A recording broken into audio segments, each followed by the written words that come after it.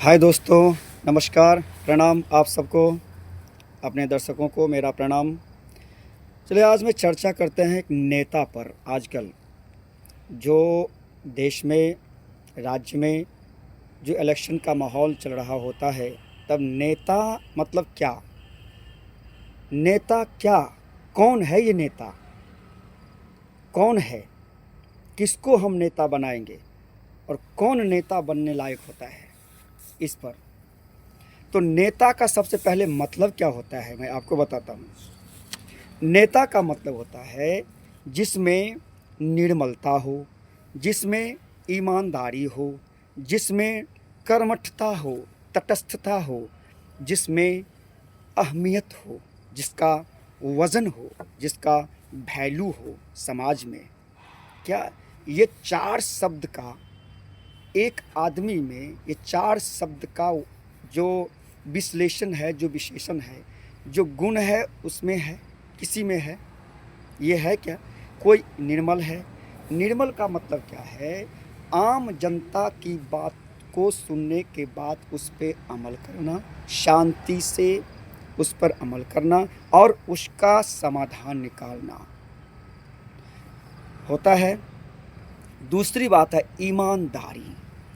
आपको अगर जिस मोहल्ले में या जिस क्षेत्र में जनता आपको चुन के अपना विधायक या अपने क्षेत्र का राजा बनाया, क्या आप उस जनता के भरोसे पर खड़े उतरे? या उस जनता के, उस आम आदमी के जो समस्याएं होती है, क्या उस समस्या का समाधान में आप खड़े उतरे? आप समाधान निकाला?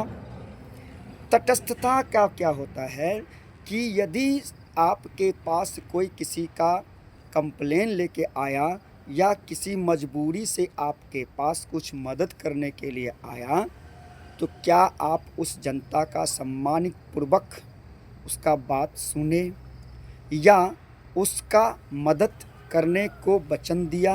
अगर वचन दिया तो क्या उस वचन को पालन भी हुआ कि नहीं हुआ? इसका हिसाब किताब आप किसको दिए हैं? या आपके पास ऐसा कौन सा व्यक्ति है जो इसका हिसाब किताब आपको देगा? आप पंक्चुअलिटी क्या है उसमें? क्या आप इसका ध्यान दिए? 2 दिन बाद, 3 दिन बाद, महीने दिन बाद, 1 साल बाद, हाँ मेरे पास ये आदमी आया था इस मदद के लिए, मैं क्या मदद हुआ कि नहीं हुआ, इस पर ध्यान दिए? नहीं दिए। चौथा है अहमियत। आपकी अहमियत क्या है समाज में? जिस मोहल्ले से, जिस क्षेत्र से आप चुनकर आए, आपका अहमियत क्या है? आपका वैल्यू क्या है? तो ये वैल्यू आपका उसी 3 शब्द पर डिपेंड करता है, जो कि निर्मल है, ईमानदार है और तटस्थ है, कर्मठ है, अपने काम के प्रति जागरूक है। वो 3 गुण जो अगर किसी व्यक्ति में है तो उसका अहमियत ऑलरेडी समाज में बढ़ता है, उसका महत्व बढ़ता है। तो नेता ये 4 गुणों का बना हुआ एक प्रतिबिंब होता है, जो अपने समाज में, जो अपने मोहल्ले में, जो अपने क्षेत्र के जनताओं को हर समस्याओं में उसका साथ खड़ा होता है।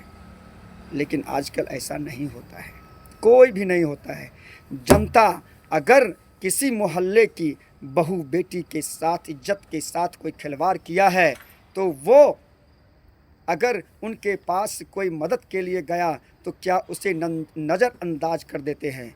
उनकी बात पूरी सुने बिना अपने आदमियों से उसके धक्के देकर अपने गेट के बाहर फिकवा देते हैं। क्या वो होती है नेता? नहीं, वो नहीं होती है नेता। नेता कौन होता है?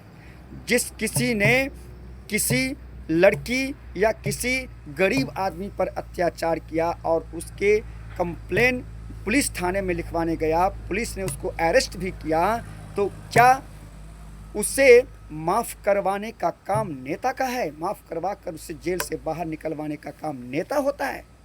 नहीं, ये नहीं होता है। बल्कि उसे अपने क्षेत्र में पले बड़े बुजुर्ग हो या जैसे भी हो, गरीब आदमी अगर है तो उसको मदद मिलना चाहिए, उसको हर तरफ से मदद मिलना चाहिए, हर तरीके से मदद मिलना चाहिए। उस पर ध्यान देने वाला कौन होता है?